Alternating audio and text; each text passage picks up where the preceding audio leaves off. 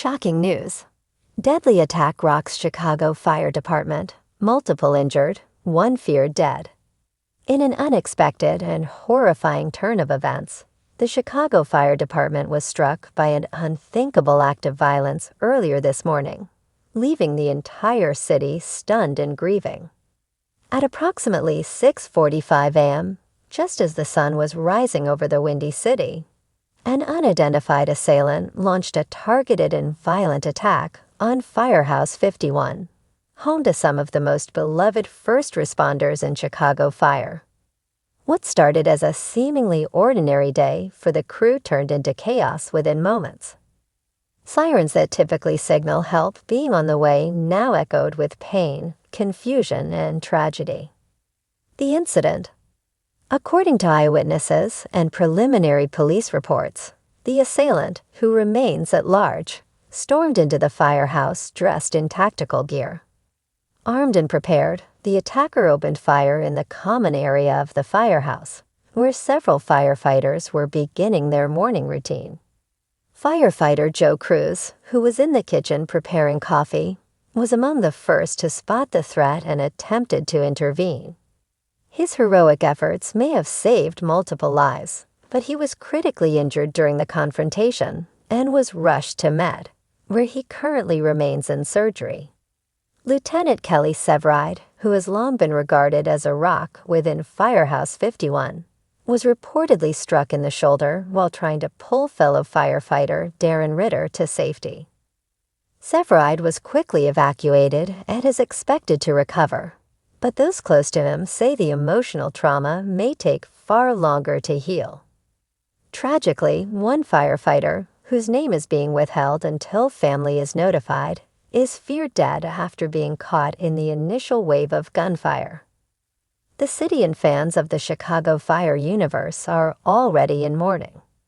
A firehouse under siege. Battalion Chief Wallace Bowden was not present at the time of the attack, but arrived shortly after the scene was secured by the Chicago PD. Visibly shaken, he addressed the press with heavy emotion in his voice. "This firehouse has seen a lot. We've stood through fires, collapses, explosions, you name it. But nothing prepares you for an attack like this. We're a family here, and someone came into our home to tear us apart." Security camera footage is being analyzed by authorities, but early reports suggest the attacker may have had military or law enforcement training, raising concerns about motive and possible connections. Homeland Security has joined the investigation, citing concerns over domestic terrorism or a targeted vendetta. A city responds. As news spread through the city, local hospitals were flooded with concerned citizens, family members, and even rival firehouse crews offering help. Mayor Brandon Johnson issued a formal statement from City Hall. "Chicago will not be intimidated. Our first responders put their lives on the line every single day to protect us. An attack on them is an attack on all of us." Support has also poured in from across the nation, with fire departments in New York, Los Angeles, and Miami sharing messages of solidarity on social media. Celebrities and cast members of the long-running Chicago Fire series, which draws inspiration from Firehouse 51, also took to their platforms to express heartbreak and support. Actor Taylor Kinney, who portrays Severide on the show, wrote on Instagram, "These aren't just characters. Firehouse 51 represents real heroes. My heart is broken today. Emotional toll on Firehouse 51. Firehouse 51 has long been a symbol of resilience and teamwork. The bonds formed between its members go beyond the professional. These are brothers and sisters in arms, people who eat together, live together, and save lives together." This attack, however, has rattled even the most seasoned members. Paramedic Sylvie Brett, known for her composed demeanor under pressure, broke down in tears while speaking briefly with reporters outside the hospital. "We spend our lives running toward danger to save others. We never imagined the danger would come for us. Right here." Christopher Herman, a senior firefighter and co-owner of Molly's Bar, has reportedly closed the establishment for the next few days out of respect for the victims and to give the team space to grieve. Investigators continue to piece together what happened and why. Rumors and theories swirl. Was it personal? Was this a disgruntled former firefighter? A random act of violence? Or something more organized? Police Chief Teresa Ford warned the public against jumping to conclusions. This investigation is still in its earliest stages. We urge patience and respect for those affected. Justice will be served, but we must do it right.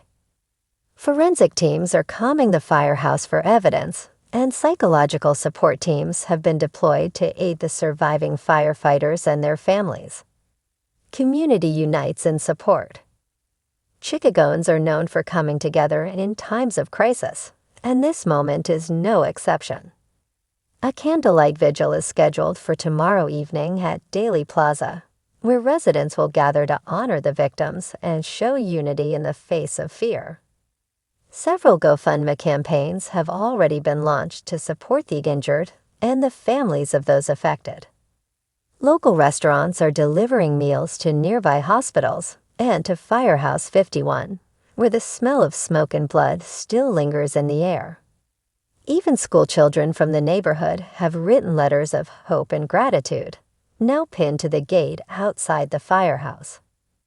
Dear firefighters, one reads, "You saved my grandma last year.